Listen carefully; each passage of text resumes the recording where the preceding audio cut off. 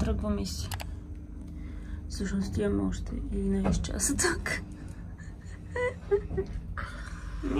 Понеже раницата ми е много голяма, в смисъл голяма, нормално голяма, 7 дена, обаче оставихме ето тук за през деня, трябва 5 часа дом да си я вземем. Така не, че след това ще ходим към летището, но поне да ми е по-летичко през деня. И сега отиваме на кафенце, Боби да се събуди и после да си будим времето до 5 часа. Намерихме друга не толкова лукс улица, ама поне пешеходна. Да убиваме малко време в разходки и търсим сянката. Защото на слънце направо пари слънцето, пък на сянка е доста по-приятно. Особено ако лъхне така от някъде ветрица. Ама август месец.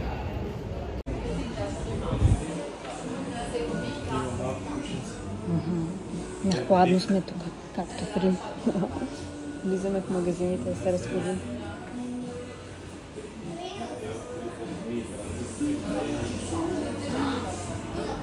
Какво имаш там?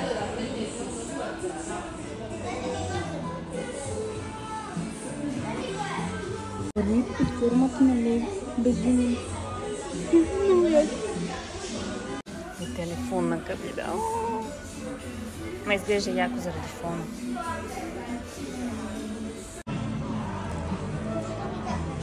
Имаме място в багажа да купим нещо, защото си харесах доста неща. А това ще е едно твърде скъпо хоби. Поредното. На Боби му е много топло и на мен също, обаче не чак толкова. Като цяло забелязвам как поне на него винаги му е по-топло отколкото на мен или на мен е по-студено отколкото на него. Така че не знам, вие забелязали ли сте тази разлика на жените им е по-студено, поне на повечето, отколкото на мъжете.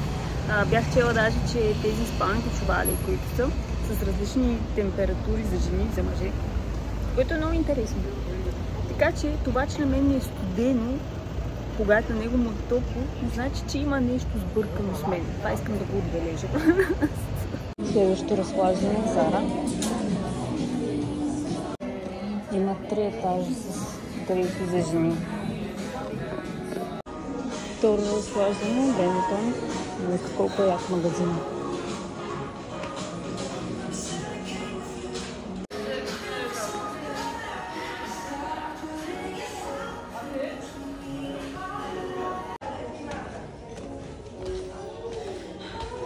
Тук има само 2 етажа за жени.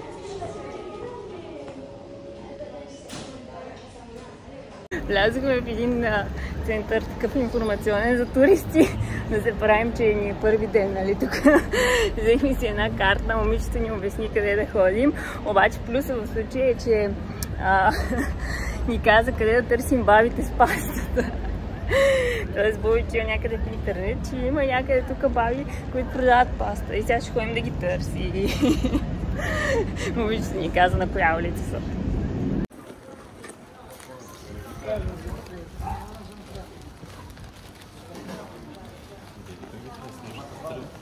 Да.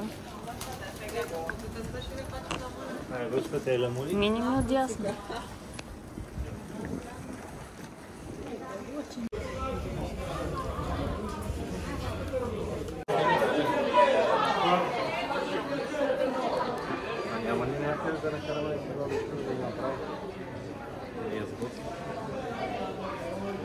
Не чак пък да ти я сготвят.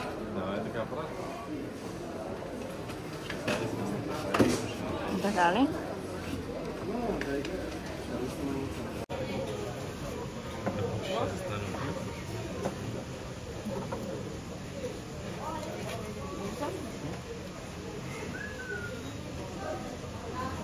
Ви си взе един сандвич. Не е интересно местенци сме, не? Има доста яки сандвичи. Мисля, че и тук има такъв с октопод.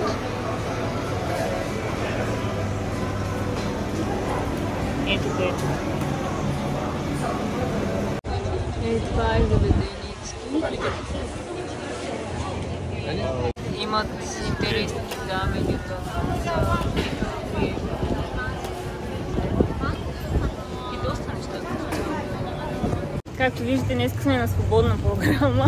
Каквото дойде, като цяло чакаме да мине времето и си търсим хладни местенца. После ще се забавляваме на летището, защото обичаме да обикаляме магазините там и да харчим пари в последния момент. Ей, такива очила искам да си взема, които са с камера, за да може да ги използвам за влогове, обаче се оказва, че тези, които са на Ray-Ban, могат да записват максимум 3 минути и отделно камерата им е само вертикална, т.е. за влогове няма да станат. Така че продължаваме с търсенето. Добре, сме се ги разръчкали още. Тази е по-лъскала от другата, която използвахме последните дни. Вътре е много яко. Взех си раницата и сега сме се запътили към автобусче, което ще си хванем от гарата и ще ни закара директно на летището, без да има някакви междинни спирки. Никаква идея си нямаме. Така, стъпни. Няма да стъпвам. Снимай им да те тръгва. Ще ви покажем мизерията тук. Вижте, това е мизерия. Серат къде им падне. И пикат. А е тук, на този ъгъл им покажи. Как смърди на урина. И то не е само тук. Това е най-якото сладко.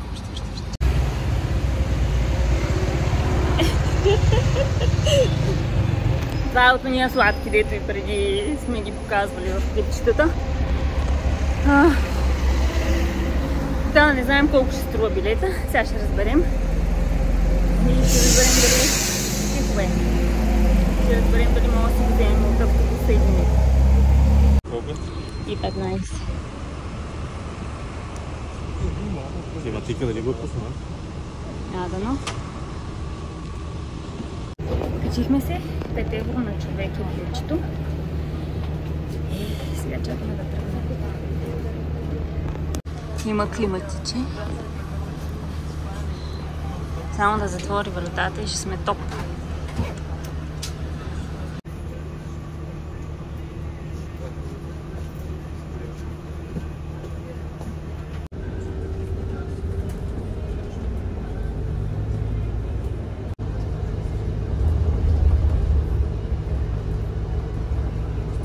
И вече сме на летището.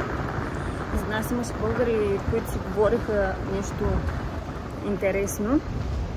Така ми направи впечатление, искам да го коментирам. Относно това, че Бари не им е харесало и че снимките в Инстаграм, нали, не са истински и че нещата, които са показани в снимките в Инстаграм, реално не може да ги видиш в Бари. А пак аз почти през цялото време, докато бяхме, особено в старата част на Бари, не съм си оставила телефона. Сигурно съм го зареждала по 2 пъти на ден, защото му падаше батерията от снимки и като цяло от видеа, от клипчета. Това, което исках да ви споделя, е, че ако някое място не ви харесва, имайте предвид следното. Красотата е в очите на този, който гледате.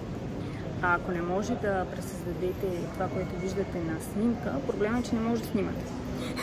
Затова съм направила наръчник по мобилна фотография. Линкче за него оставям в инфото под видеото. И вече, ако не виждате красотата около себе си, проблема е във вас и никой не може да ви помогне. Защото красотата се вижда с душичката.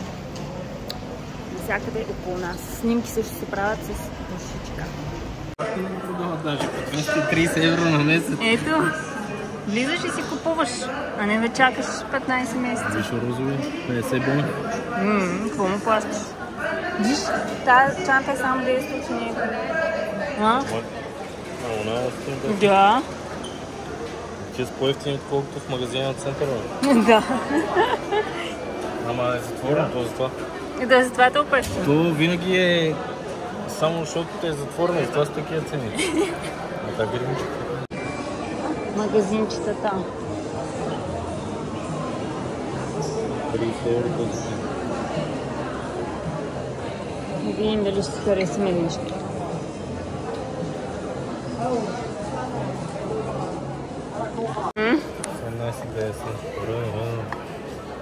Ние от миналия път още не сме го изпили. Спешъл офер, ела. Спешъл офер. Колко милилитра е 50?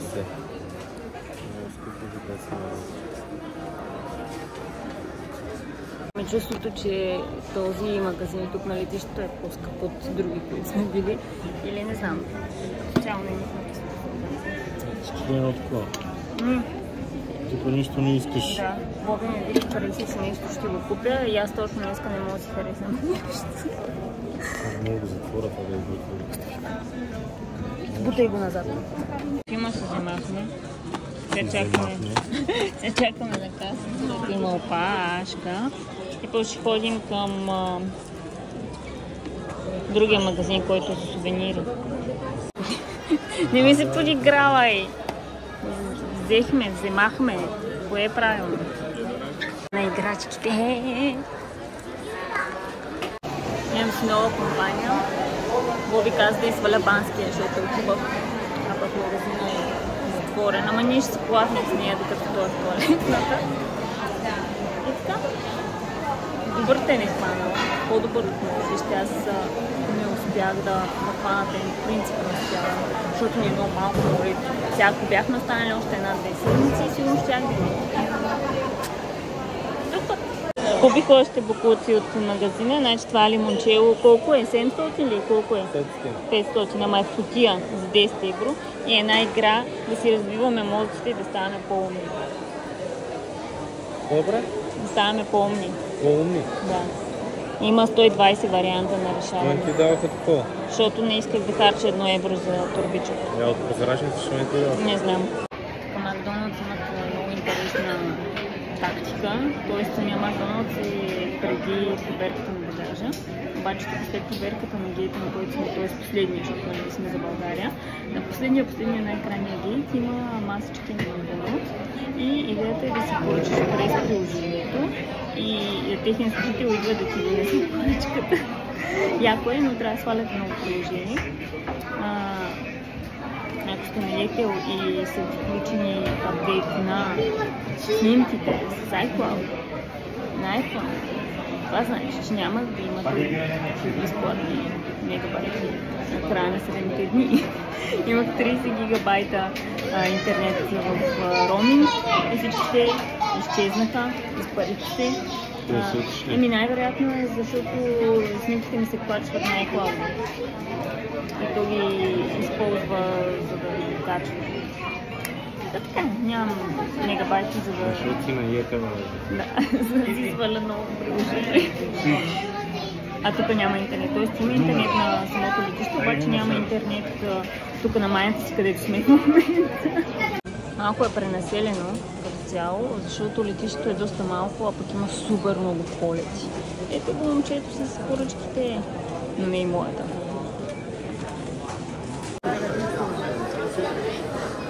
Да снимаш ветрунки. Макдоналдс. Колко яко!